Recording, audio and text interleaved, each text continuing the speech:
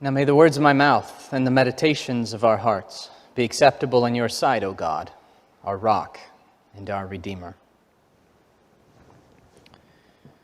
Would you go?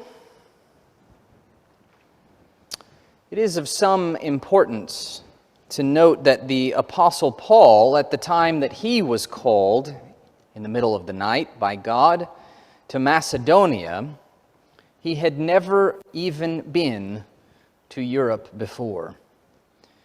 What Paul carried, the redemptive hope of the resurrection of Christ, which we call the gospel, had also never been to Europe. That's a long way to go for an unknown land, for messenger and message. Nonetheless, when the call came and Paul sensed that it was a call from God, he went.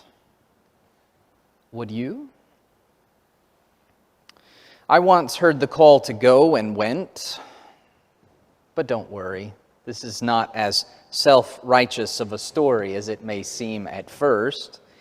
One Sunday, after a potluck lunch at First Baptist Church of Waco, my college congregation, a woman approached me in the parking lot.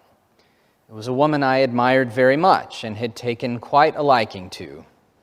A budding scholar whose company I quite enjoyed. I would tell you who she was, but if I did, she might come out of that pew over there and her company become a bit less enjoyable.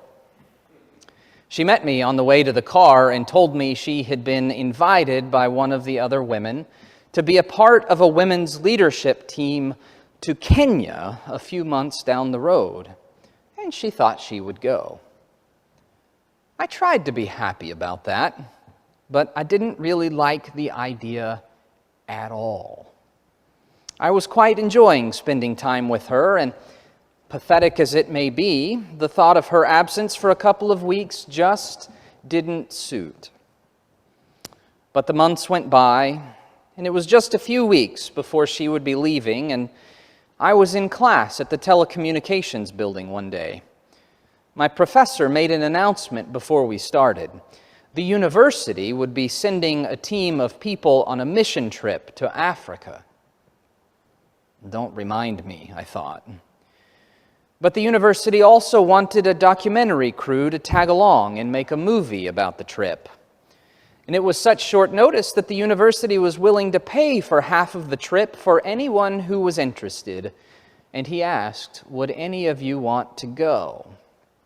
All of a sudden, my missionary zeal suddenly burned within me, and I signed up almost immediately. Yes, I will go.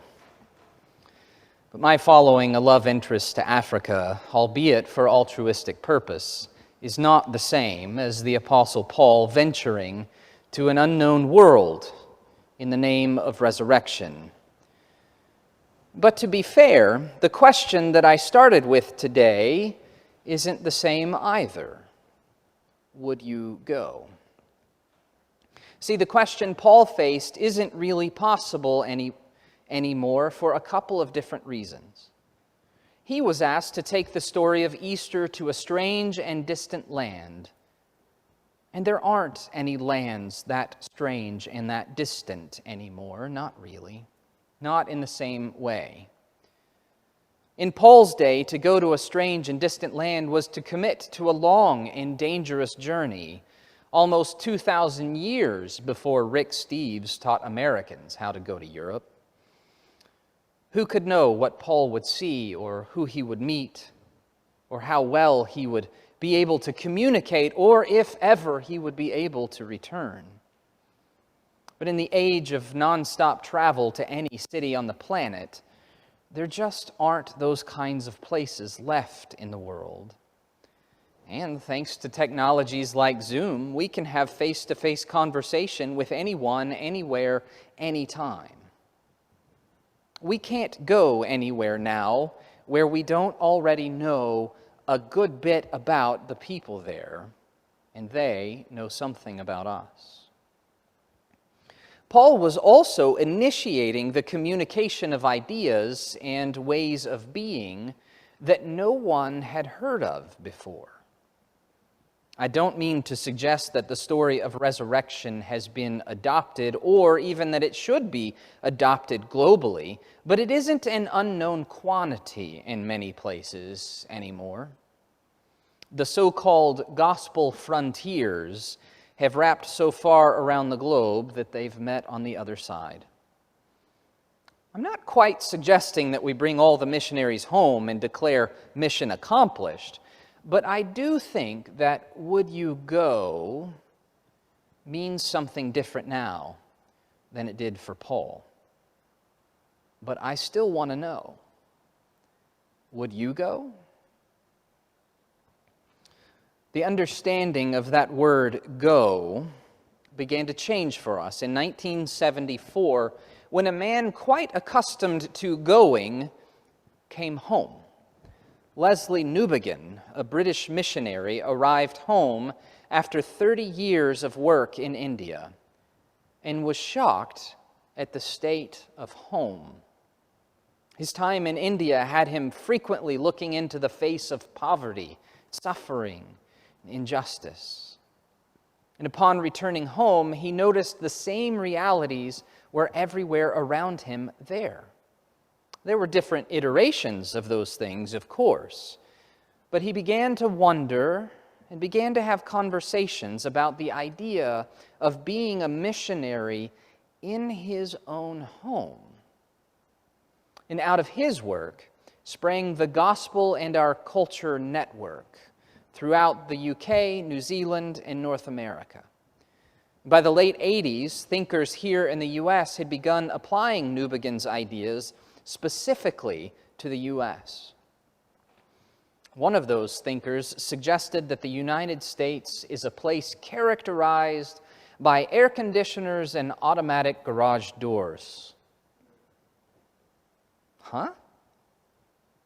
What do air conditioners and automatic garage doors have to do with anything?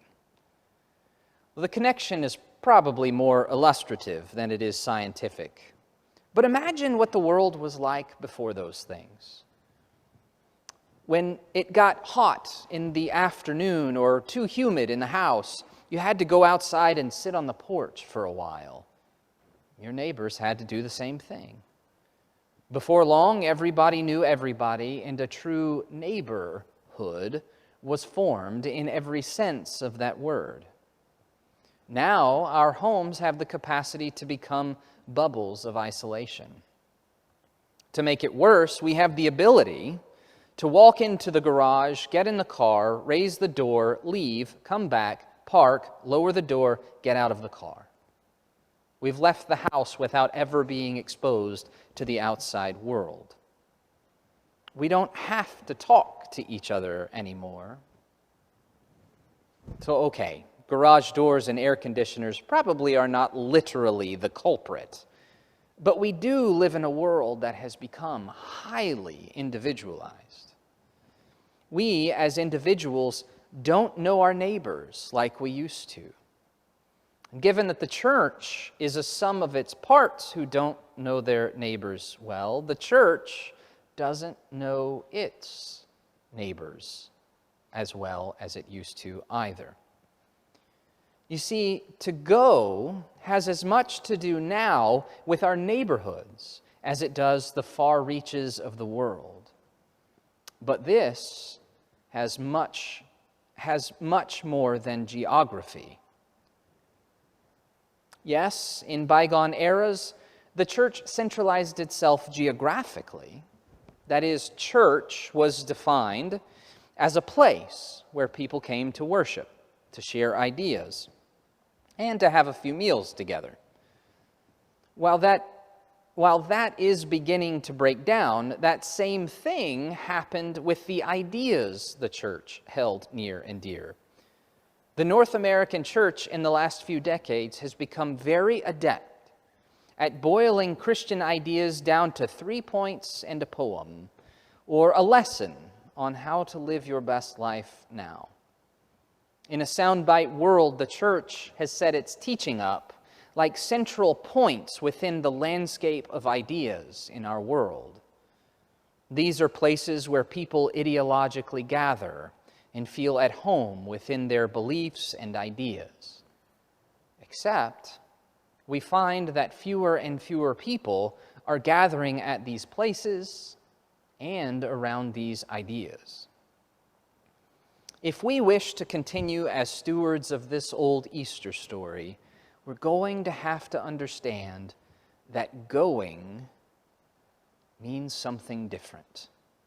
We're going to have to understand that going in our world means becoming organic within our culture. We can't afford to camp out in our homes and places of worship any more than we can camp out in the protection of the same ideas we've held for decades. That means we have to go out into the world around us, and as a congregation and as individuals, become a part of it. I don't mean that we should turn off the lights and sell the building. We still need a base of operations and a place to build community and to worship. But we have to stop measuring our success by what happens in here, or how many people we have in here, and have to begin getting out there. We need to know our neighbors. Not just a name and perhaps a cute story about them, but what is really happening in those families. What are their hopes and fears? Even Paul's mission to Macedonia, the great and grand introduction of the gospel to Europe, began with a simple conversation. A woman named Lydia heard her story in the story that Paul was telling. And after she'd been baptized, she insisted that he stay in her home. And as simply as that, one simple conversation, Easter began in Europe. We've celebrated Easter long enough in here. We have to begin to wonder what it might look like out in the community. You see, our goal here is not church growth in the sense that we've understood it in the past. Our goal is to go. How do we do that exactly? What will it look like? What will the difficulties be? Where do we begin? How long will it take? There are 1,000 questions just like that for which we don't have the answers entirely. But for now, in this moment, we're concerned with just one question. We know now that going looks different than it did for Paul, but we know that it still has to do with journeying into the unknown. It may have to do with sacrificing what has been comfortable to us in the past. It may mean we have to learn new ways to communicate. It may be scary at times. With faith, we'll realize that we can't know the answers to all those questions without first leaning into the first question. So, First Baptist Church of Rochester, if you were called by God into a strange but not so distant land, would you go? Amen.